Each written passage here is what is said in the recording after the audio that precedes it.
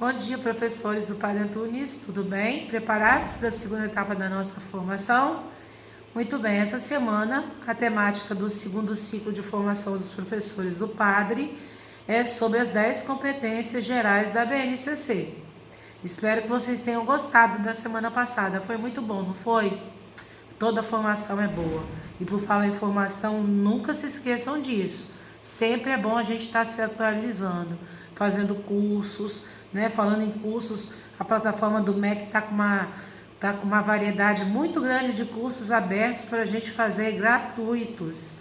E a gente pode muito bem aproveitar essa plataforma para buscar a nossa atualização.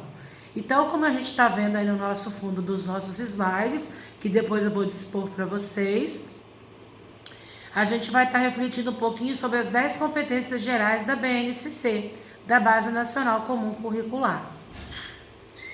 A Base Comum Curricular é um documento que determina os direitos de aprendizagem de todo aluno cursando da educação básica no Brasil.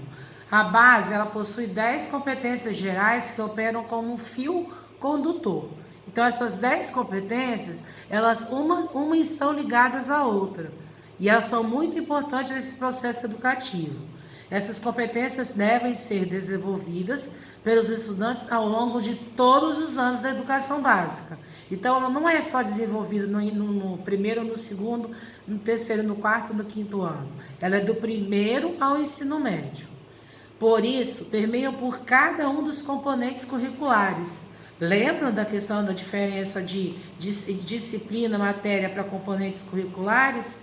Muito bem. As habilidades e das aprendizagens essenciais especificadas no documento da BNCC, além daqueles que já são inseridos nos currículos locais. Quando o documento fala em currículo local, eu quero ressaltar a importância, por exemplo, a base, ela é uma proposta? Não, a base ela não é uma proposta curricular. Cada município está construindo sua base curricular. Aqui no estado do Espírito Santo mesmo, a SEDU, a Secretaria do Estado, já organizou a sua proposta curricular, né, de acordo com a realidade local. E Viana também vai iniciar este ano, né, que já era para ter iniciado desde o ano passado, a reconstrução da sua proposta curricular, tá bom? Então, tem que ser respeitada a realidade local. Isso é bom quando eu lembrei nesse assunto, porque a gente vai chegar em tópicos lá, as meninas do quarto ano mesmo já chegaram, em que falam de São Paulo, Rio de Janeiro, e a gente tem que trazer para a realidade aonde a nossa escola está inserida. Sempre lembrando da questão bairro, município, estado, país e planeta, tá bom? Então vamos lá. As competências gerais não devem ser interpretadas como um componente curricular, mas tratadas de forma transdisciplinar. Ela não é uma disciplina, ela vai além das disciplinas, por isso que ela é trans, presentes em todas as áreas de conhecimento e etapas da educação. Elas foram definidas a partir dos direitos éticos, estéticos e políticos, assegurados pelas diretrizes curriculares nacionais e de conhecimentos, habilidades, atitudes e valores essenciais para a vida do século XXI. Elas indicam o norte para a compreensão das escolhas curriculares, que conta com a participação de todas as escolas. Lembram lá no primeiro ciclo que eu falei com vocês, que quando essa base foi construída, todo o país foi consultado? Então, todo mundo participou dessa construção, não só a equipe de especialistas do MEC. Mas o que pode ser considerado uma competência? Quando a gente fala em competência, qual é a sua competência? O que você entende por competência? Quais são as 10 competências gerais da base comum curricular? Como funciona na prática? A orientação por competência. Ao longo do texto, nós vamos responder cada pergunta dessa. Quer saber tudo sobre esse assunto? Preste atenção no nosso ciclo. Vamos lá. Para a construção da Base Nacional Comum Curricular, considerou-se competência como sendo a mobilização de conhecimentos, habilidades, atitudes e valores para resolver demandas da vida cotidiana no exercício da cidadania e do mundo do trabalho. Isso significa que competência é aquilo que permite aos estudantes desenvolverem plenamente cada uma das habilidades e aprendizagens essenciais estipuladas pela base comum curricular. Então, isso aí é muito importante para os nossos planejamentos. Olha o quadro que a gente tem ao fundo, né? Que tá bem. Depois vocês vão receber esses slides no grupo, a gente vai poder estudar mais. Mas se a gente entrar no Google e colocar as 10 competências, e a gente recebeu isso no início do ano, naquela pastinha nossa pedagógica, a gente vê as 10 competências da base comum curricular. Então, as 10 competências gerais da Base Nacional Comum Curricular acompanham o desenvolvimento dos alunos desde a educação infantil até o ensino médio. Vamos conhecê-las? Então, vamos lá. A primeira é o conhecimento. Depois do conhecimento, a gente tem o pensamento científico, crítico e criativo. A terceira é o repertório cultural, a quarta, a comunicação, a quinta, a cultura digital, a sexta, o trabalho e projeto de vida, a sete, a argumentação, a oitava, o autoconhecimento e o autocuidado, a nona, a empatia e cooperação e a décima, responsabilidade e cidadania. Agora a gente vai ver cada uma delas. Quando a gente fala em conhecimento, a questão importante que a base nos pede é que valorize e utilize os conhecimentos historicamente construídos sobre o mundo físico, social, cultural e digital para entender e explicar a realidade, continuar aprendendo a colaborar para a construção de uma sociedade justa, democrática e inclusiva. Isso é a competência do conhecimento. A competência do conhecimento, do pensamento crítico, científico, crítico e criativo, ela exercita a curiosidade intelectual e recorre à abordagem própria das ciências, incluindo a investigação, a reflexão, a análise crítica, a imaginação e a criatividade, para investigar causas, elaborar e testar hipóteses, formular e resolver problemas e criar soluções, inclusive tecnológicas, com base nos conhecimentos das diferentes áreas. Pensamento científico, crítico e criativo. Se eu não me engano, no nosso PPP, nós temos a missão de formarmos os nossos cidadãos críticos e criativos. E às vezes é a nossa missão da escola. E às vezes na sala de aula a gente não dá a autonomia do nosso aluno nem falar. Então isso é muito importante. Formar pensamento científico, crítico e criativo. A terceira competência, ela fala do repertório cultural. O que vem a ver esse repertório cultural? Valorizar e fruir as diversas manifestações artísticas e culturais das locais às mundiais e também participar de práticas diversificadas de produção artístico-cultural. O que isso pode ser feito na escola? Às vezes na escola a gente só trabalha a cultura local. Não, a gente tem que levar as nossas crianças a conhecer as outras culturas. A cultura indígena, a cultura quilombola, que a gente tem uma comunidade quilombola no nosso município, as culturas afros, descendentes, todas as culturas. Então essa questão do repertório cultural é muito importante para o nosso planejamento dentro da escola. A comunicação. Utilizar diferentes linguagens, verbal ou visual ou motora, como libras e escrita, corporal, visual, sonora e digital, bem como os conhecimentos das linguagens artística, matemática e científica, para que se expressar e partilhar informações, experiências, ideias e sentimentos em diferentes contextos, além de produzir sentidos que levem ao entendimento mútuo. Estão vendo como é que a comunicação é importante? Não só a comunicação de dialogar um com o outro, de conversar. Acabou agora a aula acabou, vão conversar entre vocês. A gente tem que gerenciar. A gente tem que ser um professor que dialogue com a turma, que leve a turma a refletir, a comunicar. O professor tem que interagir. Ele é aquele que vai ajudar a construir esse processo de comunicação na sala de aula. A quinta competência é a cultura digital. Compreender, utilizar e criar tecnologias digitais de informação e comunicação de forma crítica, significativa, reflexiva e ética das diversas práticas sociais, incluindo as escolares, para se comunicar, acessar e disseminar informações, produzir conhecimentos, resolver problemas e exercer protagonismo e autoria na vida pessoal e coletiva. Hoje, nós não podemos mais ficar no quadro no giz. Porque hoje, até a criança, quando nasce, já recebe o celular. É claro que isso já é errado. Mas toda criança ela tem um acesso a um celular. Então, hoje, nós temos que preparar as nossas aulas numa cultura digital, tendo alguma coisa digital. Ah, mas na escola não tem laboratório de informática.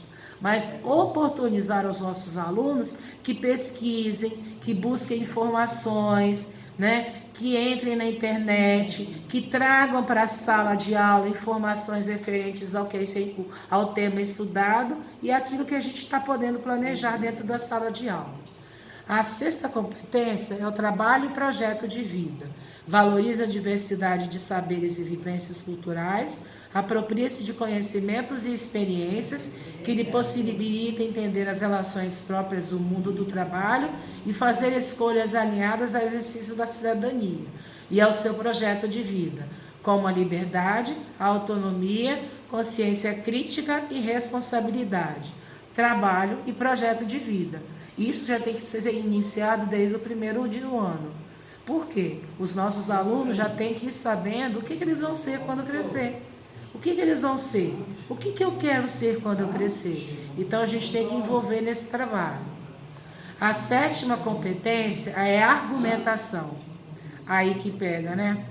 Então, argumentar com base em fatos, dados, informações confiáveis para formular, negociar e defender ideias, pontos de vista e decisões comuns que respeitem e promovam os direitos humanos, a consciência socioambiental e o consumo responsável em âmbito local, regional e global, com posicionamento ético em relação ao cuidado de si mesmo, dos outros e do planeta. Lembre-se que estamos vivendo em tempos de quê? Sustentabilidade. Então, essa questão da argumentação é muito importante. E quando a gente tem um aluno que argumenta, isso é muito importante. Às vezes nós, como professores, não gostamos, mas o aluno que argumenta, que busca informações, que pergunta, que reflete, ele vem nos ajudar muito a fazer com que a gente possa ter sustentações teóricas, estudar, se aprofundar. E por isso que nós, professores, temos que ler bastante. A oitava competência é o autoconhecimento e o autocuidado.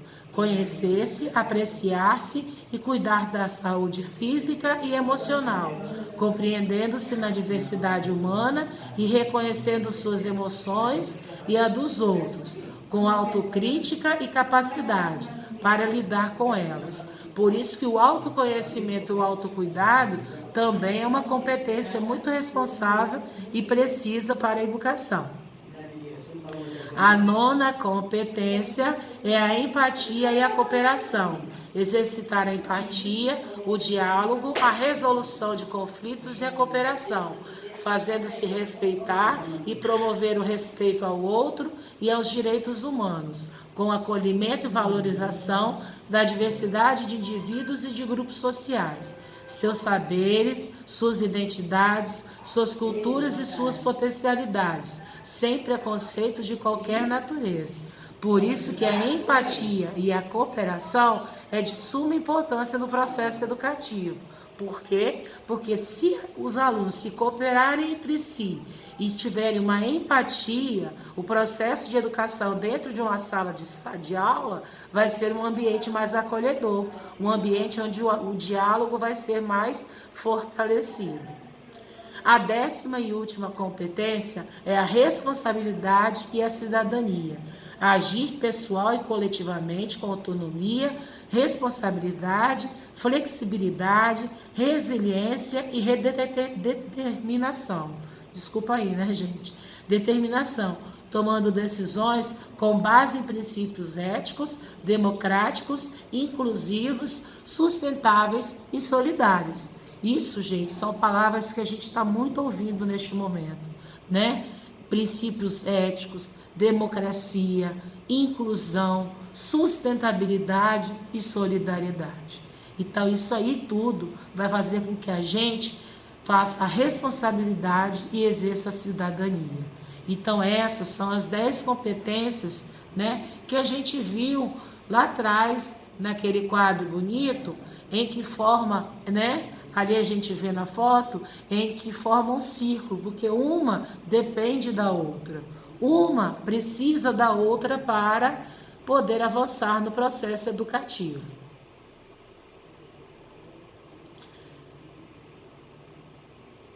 E na prática, como é que será que essas competências funcionam? Todas as competências indicam o que deve ser aprendido pelos estudantes. Por isso que a competência. O que deve ser aprendido pelos estudantes? O objetivo é identificado por verbos infinitivos e que iniciam as descrições. Então, vocês podem ver lá na base comum curricular que sempre essas competências, elas iniciam com um verbo. E isso é muito importante. Do mesmo modo que especificam como que finalidade determinada competência deverá ser desenvolvida, elucidando a sua importância para a formação do estudante ao longo da educação básica. Vamos ver, por exemplo, a primeira competência, por exemplo. Valorizar e utilizar os conhecimentos historicamente construídos sobre o mundo físico, social, cultural e digital para entender e explicar a realidade, continuar aprendendo a colaborar para a construção de uma sociedade justa, democrática e inclusiva. Partindo dessa descrição, os conhecimentos dos campos de experiência das áreas específicas devem ser mobilizados para compreender e explicar a realidade, protagonizar escolhas e agir de maneira colaborativa com a intenção de construir uma sociedade mais justa, democrática e inclusiva.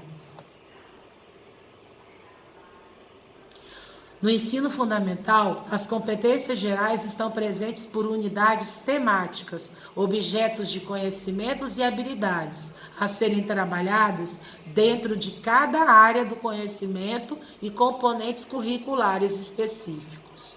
Qual é a vantagem de orientar por competência? Para que servem as competências?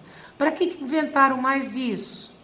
Por meio de orientação por competência, o aluno é convidado a deixar sua posição inerte na rotina na sala de aula, muito além de apenas compreender conceitos. Então, o aluno deixa de ser aquele ser parado, sentado, só ouvindo, para propor e testar soluções em situações verdadeiras, conectadas à sua realidade social. Então, ele deixa de ser um aluno passivo para ser um aluno participativo.